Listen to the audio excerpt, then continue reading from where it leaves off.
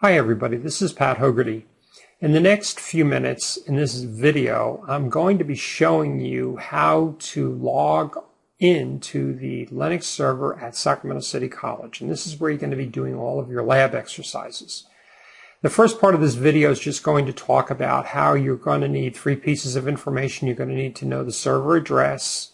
You're going to know how usernames work, how we built the usernames. And then finally, how you're going to get a password.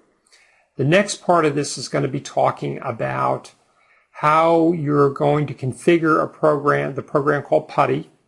And I'm going to show you some tips on how you can do this so you don't have to keep putting the same information in over and over again. We're going to actually create like a profile. Then I'm going to go ahead and log in, and I'm actually going to be showing you some very basic, simple commands that you would be doing at the prompt so you become familiar with what you can do when you log in. And then finally, just how to exit out of the program. One thing I do want to mention to everybody is that if you are an Apple computer user, or you are a Linux or a Unix computer user, you already have a program on your computer called Terminal. And essentially, this program does the same thing that the Putty program does. It's just that Windows doesn't have that same kind of a program that you have on your system. So we're going to be moving into just a demonstration here of how that works now.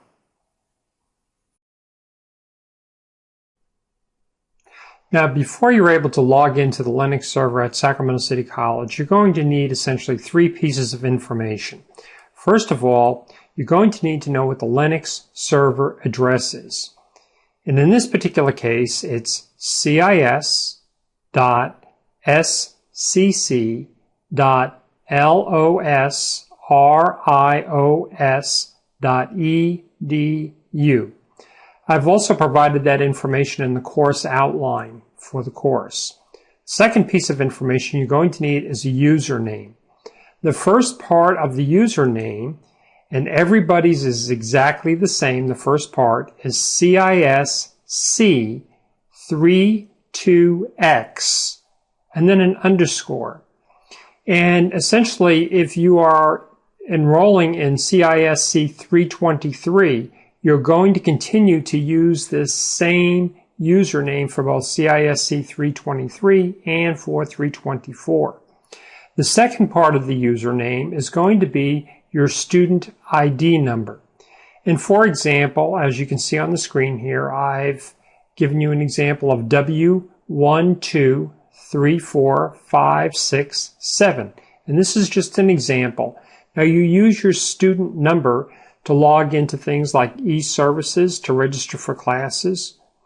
Also to log into Desire to Learn in order for you to do coursework.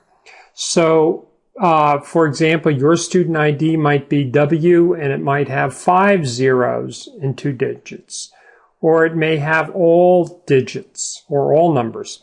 So this just serves as an example, and we want to utilize something that you're all very familiar with. The next piece of information you're going to need is a password. And rather than giving everybody the password at the get-go and then have people that are not registered in the class able to log on, the way that we're working around this is by providing an email to all of those students that are officially enrolled in the class. Will get an email sent to them with the password contained in the email. Now for students that are trying to add the class and their name is on a wait list, an official wait list, or just coming to the course orientation and trying to add the class, for those students, once you are officially enrolled in the class, you will then get an email from me and you will be able to log into the class. So now what we want to do is move in for a demonstration of how to use a program called Putty that you're going to be utilizing to log into the server at Sacramento City College. What you're looking at now is just a portion of my computer screen, which is running Windows Vista.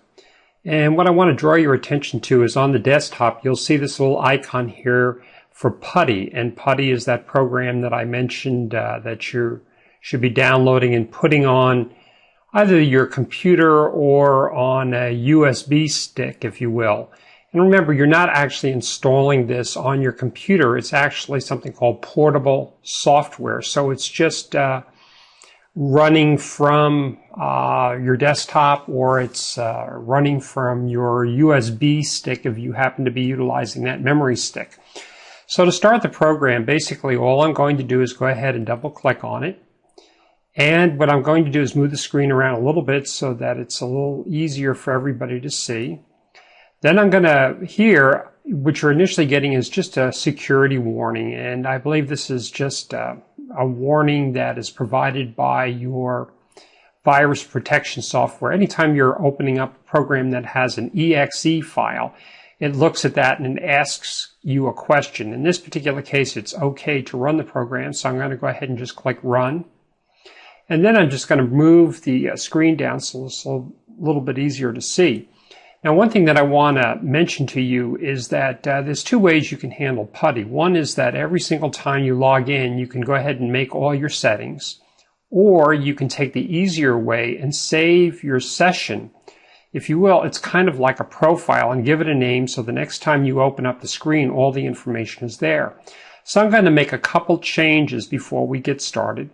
First of all, you'll notice over here on the left-hand side, you have what we call your category, just the way you want Putty to look and feel. Now, I'm just going to show you one thing, which is I'm going to change the appearance. I want to make the text a little bit bigger in the screen when we log on, so everybody's going to be able to see that. So all I basically do is click here, and you'll see over here I have where I can change the size of the font, which is what I'd like to do. And I'm just going to change it to size 14 point, and pretty much that's it. The other thing I wanted to mention to you is you would think there would be a box here where you could save what you're doing. But for whatever reason, they don't have that. All you really do is once you've changed all of your settings the way you like them, you just go back and click on Session, which is the session where you were at, and then you're right back to the window that you started. The next thing that you want to put in here is your address where you're going to be logging into. And that is cis.scc.losrios.edu. And I have a copy of that address also in the course outline, which you should have downloaded and have already reviewed prior to me starting to do this, so you know what I'm talking about. The other thing that you're going to want to do is you notice that it has several different protocols it's using. The one that you want to select is SSH, which we call Secure Shell. And the reason why is the old telnet method, we still use that term. We're going to telnet to the server, which means we're going to remotely connect, but it's an unsecure connection. And our server at the college won't accept that. You'll just get weird error messages if you try to do that. So what you want to do is make sure you select the SSH button. After that, then give the session a name. So I'm going to call this the Linux class logon, L-O-G-O-N, and just give it a name. And then all I'm really going to do now is say save. And I just wanted to show you that this actually saves the session so that every time you open it up, you don't have to go back in and put this information. In order to do that, I'm just going to cancel out of here for a minute. Just going to open Putty back up again, like we did before.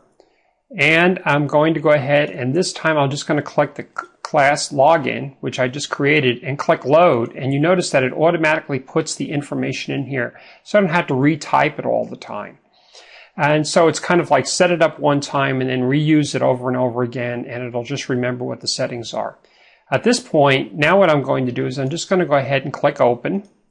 And when I click open, I'm just going to move the screen so that it's in view, and you can see basically what I'm going to do. I'm just going to resize this a little bit so it's a little bit easier for you all to see. And this takes me a minute to do this. Hopefully my Linux time will not time out. And I'm just going to log in using the login information that I provided in the beginning of this tutorial, which is CISC32X_ and then of course your student ID 234217, and then you press enter, and then I'm going to type my password, and my password you won't show up on the screen, and I'll explain how that works in a minute.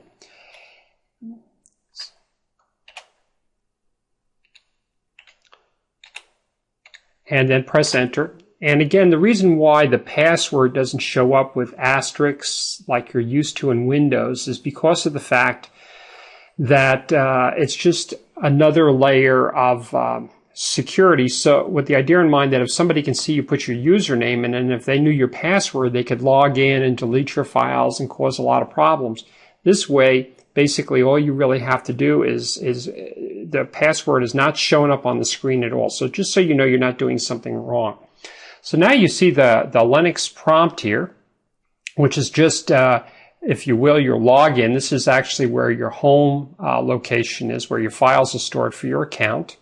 What I'm going to do is I'm just going to put in some basic commands so that are in the beginning of the class so you know what they look like. I'm just going to type in date, D-A-T-E, which is one of the commands, and it just shows the date, which is Saturday, July 11th, what time it is, and it's Pacific Daylight Time, 2010. Another command that I'm going to put in there is calendar, C-A-L, and when I put that in, you'll see the calendar for the month of July.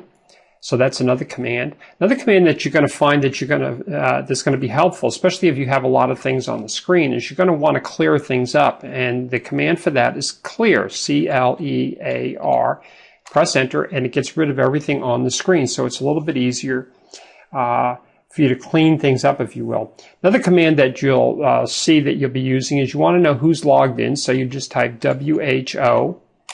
And it'll show who's logged in at this time. It looks to me like there's myself, and that's pretty much it. Another command that I want to show you that I think is important is history. And if I type the word history, H-I-S-T-O-R-Y,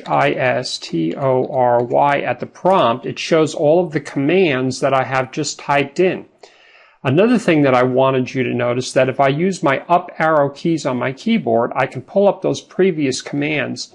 What I like to use this for is that I might be writing, especially later on in the course, a complex command, and I may actually kind of get, after experimenting, the command correct. So I can just go ahead and type it again.